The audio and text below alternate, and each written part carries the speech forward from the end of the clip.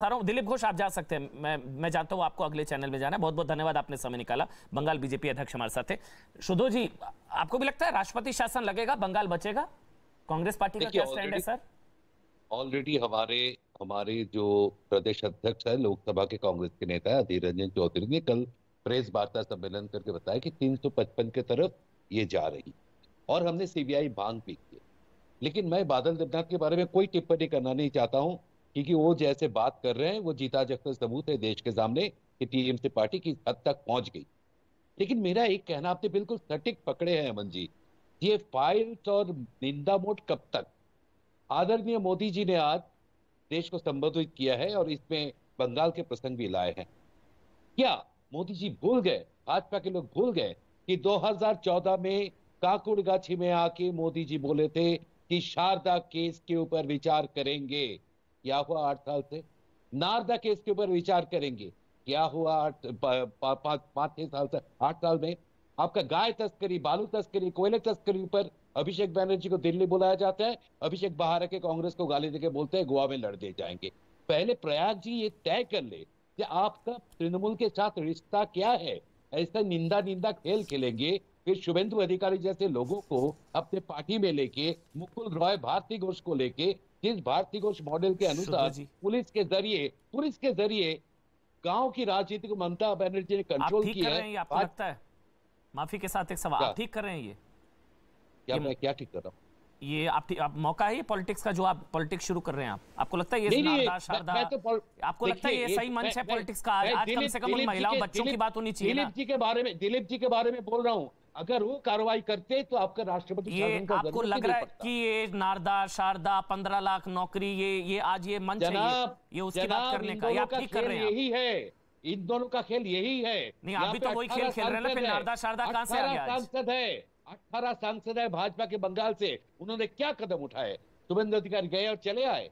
तपन कांडू का हत्या हो गया एक नगर पालिका में मेजोरिटी के लिए। उस दिन जब अधीर रंजन चौधरी बोल रहे थे, ये भाजपा वाले इधर खड़े नहीं हुए हैं। कांग्रेस का कौन सा नेता जा रहा है बीरभूम? हुई है कांग्रेस का कौन सा नेता जा रहा है बीरभूम? अधीर रंजन चौधरी कल जा रहे हैं और ममता बनर्जी भी कल जा रही है। आमने सामने टक्कर होगी, आप देखते रहिए। चलिए, बादल देवनाथ बताइए भाई। बादल देवनाथ जी बताइए, कब थमेगा ये सब?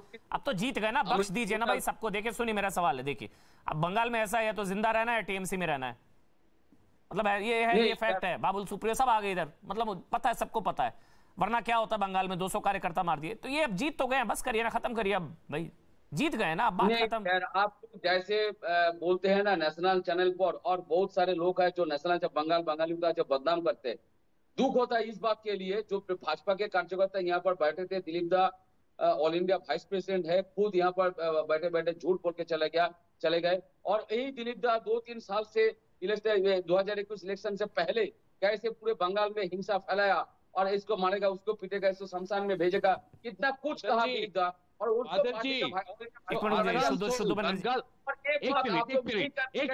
और बंगाल में चुनाव लड़ाने के लिए पटना से शत्रुघ्न सिन्हा को लाते हैं, उससे ज्यादा बंगाल को अपमान और कोई नहीं करता। आप तो खुद आउटसाइडर को ला रहे हैं। और बंगाल ये आउटसाइडर क्या होता है भाई? ये आउटसाइडर क्या होता है भाई? एक मिनट, आउटसाइडर क्या होता है भाई? अरे कोई बांग्लादेश से थोड़ी ना आ रहा है, पाकिस्तान से थोड़ी ना आ रहा है। अरे भारतीय है भाई। आउटसाइडर क्या होता है? ये यही सोच है, हर महीने यही सोच है। सीबीआई ईडी में हाजिरी देने जाते हैं, आपके अभिषेक बैनर्जी हाजिरी देने जाते हैं। आज बादल देवनाथ बोल रहे हैं, एक मिनट। बादल देवनाथ इलेक्शन के समय में जैसे मोदी जी, अमित शाह जी जैसे बहुत सारे लोग यहाँ पर लीडर लोग आए थे। लीडर लोगों का कोई प्रॉब्लम नहीं है। 30,000 के ऊपर यूपी से लोग, बिहार से लोग, झारखंड से लोग गया। इसलिए ममता दीदी हम सब क्या बाहर से लोग आ रहे हैं। मतलब अमित शाह, मोदी जी सब बाहर से है, ये सब कोई नहीं कहता है। अमित शाह तो होम मिनिस्टर है, मोदी जी देश के प्रधानमंत्री, देश के राजा है, हम सब जानते हैं। ममता दीदी बंगाल के सीएम है, 4 बार। तो ममता बनर्जी यूपी क्यों गई थी फिर? वो बाहरी थी। का जवाब आपने, ममता बनर्जी यूपी क्यों गई थी? वो बाहरी थी। पहले यूपी बिहार के लोगों को गुंडा कहते हैं, बाहर जाकर प्रचार करते हैं। आप लोग कहा था ना गुंडा यूपी बिहार के लोगों को, कहा था नहीं कहा था? फिर आप लोग बाहरी हैं। फिर मेरा बात तो खत्म कर दीजिए। अभी विष्णु चैन जी ने कहा बंगाल में बलात्कार हुआ, मैं विष्णु जैन को दावे के साथ, चैलेंज के साथ कह रहा हूं, अब ये ममता 2011 से 2022 तक आपने एक प्रूफ दिखा दीजिए बंगाल में बलात्कार हुआ। और क्या बात कर रहे हैं आप? बात कर रहे हैं आप? क्या हो गया? झूठ बोल रहे हैं आप। और आप तो बादल देवनाथ की जगह बादल दानवनाथ आपको कहना चाहिए। देव आपके नाम पे नहीं है। विष्णु जी ने जो कहा वोट के बाद जो हिंसा हुआ, उसके बाद जो जातीय मान्यता कमीशन, चलिए ठीक है, देखिए अब सीधी सी बात है, आप लोग डिनायल मोड में है। ना बलात्कार हुआ, ना ये हत्याकांड हुआ, ना नरसंहार हुआ, आग भी नहीं लगी होगी भाई, वही अंदर से शॉर्ट सर्किट हो गया होगा, माइक्रोवेव में आग लग गई होगी, लोग खुद ही जल गए होंगे, खुद ही जला लिया होगा। चलिए ठीक है बादल जी, बात खत्म करते हैं। चलिए बादल जी बात खत्म कर रहे हैं भाई। बादल जी मैं समझ गया, ना बलात्कार ना हत्याकांड, इन लोगों ने खुद ही अपने आप को जला लिया होगा, है ना? इन लोगों ने खुद ही अंदर से आग लगा ली होगी, खुद ही अपने आप को जला लिया होगा। ऐसे ही आपको दोष दे रहे हैं हम, है ना बादल देवनाथ जी? ये भी बोलेंगे अब आप आगे अब आप ये भी बोलेंगे। मैं क्या बोल रहा हूँ, आप क्या सवाल कर रहे हैं? मैं बोल रहा हूँ जातीय मान्यता हाईकोर्ट के निर्देश के बाद बलात्कार के बारे में बहुत सा प्रचार हुआ, पब्लिसिटी हुआ, लेकिन आज तक प्रूफ नहीं हुआ एक बलात्कार हुआ। चलिए छोड़िए एक मिनट, बादल देवनाथ मेरा सवाल है, उसके बाद विष्णु जैन प्रेम शुक्ला आ रहा हूँ। एक मिनट रुक जाइए बादल देवनाथ, ये जो मैसेकर हुआ, ये जो नरसंहार हुआ, जिम्मेदार कौन? एक सवाल, सीधा सा सवाल, law and order state subject, CM Mamata Banerjee, law and order, तो फिर जिम्मेदार कौन? सीधा सा सवाल जी। मैं आपका अमन जी सीधा सवाल आपका सवाल का जवाब मैं दे रहा हूं। एक घटना 1-2 साल पहले हुआ था, उसके बाद बदला लेने के लिए कोई व्यक्ति ने हमारे टीएमसी कार्यकर्ता भानु शेख को, पंचायत उपप्रधान है, उसको मार दिया। उसके बाद कुछ लोगों ने जो लोग मर्डर किया, उसका परिवार के ऊपर आग लगा दिया, घर में आग लगा दिया। तो ये लॉ एंड ऑर्डर ये सब क्यों हुआ? टीएमसी नेता की भी हत्या क्यों हुई? कौन जिम्मेदार भाई? टीएमसी एक भी जान क्यों जाए? उसके लिए तो आप लोग ही जिम्मेदार है ना भाई। और बहुत सारे थाना इलाके में एक घटना हुआ, हम सब जानते, इसके लिए हम सब निंदा करते। मुझे ना आप बार टीएमसी नेता की हत्या को याद दिला रहे हैं। मुझे बताइए, टीएमसी नेता की हत्या होगी तो सजा देंगे या बदला लेंगे? टीएमसी नेता की हत्या होगी, सजा देंगे बदला लेंगे? जिंदा जला देंगे क्या? कानून काम करेगा ना भाई। जस्टिफाई करने बैठे हैं आप। टीएमसी नेता की हत्या हुई थी, बदले में हो गया, हुआ तो हुआ। कोई टीएमसी के कार्यकर्ता नहीं है, टीएमसी का नहीं, कोई पॉलिटिकल बात नहीं है। टीएमसी के कार्यकर्ता इनसे समर्थक को मार दिया गया है, लेकिन जो लोग किया वो टीएमसी के नहीं है, दुष्कृति है, उसको अरेस्ट किया गया। पीछे से जो साजिश किया उसको भी अरेस्ट किया जाएगा, और एसडीओ को सस्पेंड किया, आईसी को क्लोज किया, और सारे अधिकारी को क्लोज कर दिया ममता बनर्जी एडमिनिस्ट्रेशन ने। और ममता बनर्जी इस घटना के ऊपर निंदा भी क्यों कर रहे हैं भाई? ये तो हादसा है, ये तो माइक्रोवेव, ये तो शॉर्ट सर्किट की वजह से आग लगी, तो इतनी कार्रवाई क्यों कर रहे हैं आप लोग? नहीं बादल जी मैं तो आपके साथ हूँ। बादल जी मैं विष्णु जैन आ रहा हूँ, प्रेम शुक्ला आ रहा हूँ। मेरे बादल जी इतना कष्ट क्यों ले रहे हैं भाई? आपके नेता तो कह रहे हैं शॉर्ट सर्किट की वजह से अंदर घर में आग लग गई होगी, इतनी कार्रवाई क्यों कर रहे हैं? इन लोगों ने खुद ही जला लिया होगा अपने आप को, खुद ही माइक्रोवेव वगैरह शॉर्ट सर्किट हो गया होगा, क्यों परेशान हो रहे हैं आप लोग? अभी तो आप लोग कह रहे थे शॉर्ट सर्किट है, हादसा है। ममता बनर्जी कह रही है इससे ज्यादा हादसे तो यूपी बिहार में होते। इतना कष्ट क्यों ले रहे हैं भाई? होता रहता है, जल गए। इसका जवाब भी मैं आपको दे रहा हूँ एक लाइन में। हाँ जी, 3-4 दिन पहले कश्मीर फाइल्स का जब सिनेमा यहाँ पर निकला था बंगाल में, जसवंत सिन्हा ने खुद कहा, पार्टी के वाइस प्रेसिडेंट कहा, इस पिक्चर को सबको देखना चाहिए। हाँ। मैं हर चैनल पर कहा, दीदी ने कहा ये जसवंत सिन्हा का टिप्पणी है, हमारा नहीं है, पार्टी का टिप्पणी नहीं है, पार्टी का कोई वक्तव्य नहीं है।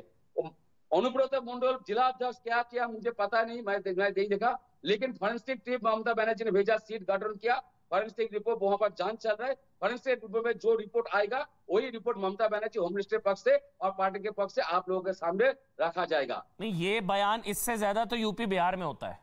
इससे शर्मनाक बयान सुना आपने कभी कि आपकी स्टेट में लोगों को जिंदा जला दिया? आप कह रहे हैं इससे ज्यादा तो वहां होता है भाई। हमसे कोई सवाल पूछ रहे हैं, हुआ तो हुआ, मर गए तो मर गए, इससे ज्यादा तो यूपी बिहार में होता है। बनर्जी ने सही कहा, बिहार बंगाल में सही होता है, उससे ज्यादा उत्तर प्रदेश, बिहार, झारखंड, गुजरात में होता है। उत्तराखंड भी हुआ, लखीमपुर में। ये जस्टिफाई है, महिलाएं जला दी, बच्चे जला दिए, जिन लोगों ने, वो ताली बजा रहे होंगे आज, वो खुश हो रहे होंगे, देखिए बादल देवनाथ हमको बचाने बैठे हैं। आपको सुनकर बादल देवनाथ, आज जितने भी अपराधी हैं ना बंगाल के, जितने भी ये लोग हैं इस तरह के तत्व, वो ताली बजा रहे होंगे आपको देखकर कि देखो हमको बचाने बैठे हैं, कि देखो हम तो इतने खतरनाक नहीं है, हमसे ज्यादा तो यूपी बिहार के लोग करते हैं।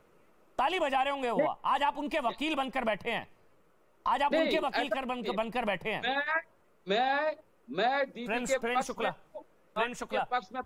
प्रेम शुक्ला, आज वो लोग तालियां बजाएंगे कि देखिए बादल देवनाथ हमारे वकील बनकर बैठे हैं, हमसे ज्यादा तो यूपी बिहार। हमने तो कुछ नहीं किया, अभी जिंदा ही तो जलाया है, 4-5-6 महिलाएं जला दी, 2 बच्चे जला दिए, क्या हो गया?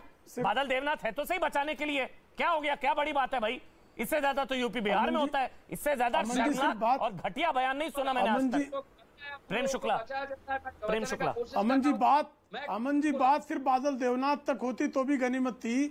ये संवैधानिक शपथ लेकर बैठी मुख्यमंत्री का बयान है, जिसने संविधान की शपथ ली है कि मैं निष्पक्षता पूर्वक अपने नागरिकों का संरक्षण करूंगी, हर नागरिक का न्याय सुनिश्चित करूंगी। ऐसी मुख्यमंत्री जो है वह हत्या होने के बाद, नरसंहार होने के बाद हत्यारों के पक्ष में तर्क गढ़ने पर आमादा है। ऐसे में संवैधानिक व्यवस्था कोलैप्स तो हो गई है, और ऐसी स्थिति में वहां राष्ट्रपति शासन भी आवश्यक है, और जिन लोगों ने संरक्षण ऐसे आतंकी शक्तियों को दे रखा है, ऐसे नरसंहार करने वालों को दे सका है, उनको दंड का पात्र होना भी आवश्यक है, और यह सुनिश्चित किया जाएगा कि ऐसे लोग दंडित किए जाएंगे।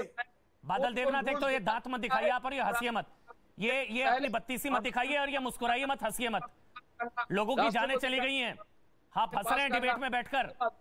बादल देवनाथ, आपको हंसी आ रही है? ये रावण का दर्प है, ये दैत्यों का दर्प है।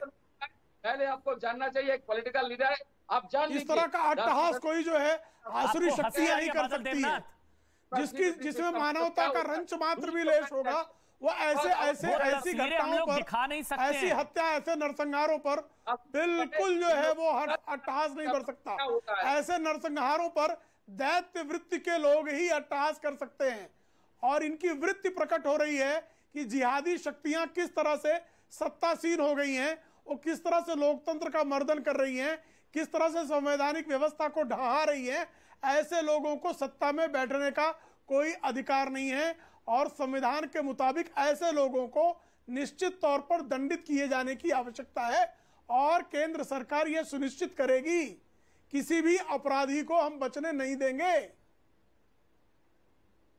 अमन जी, एक लाइन आप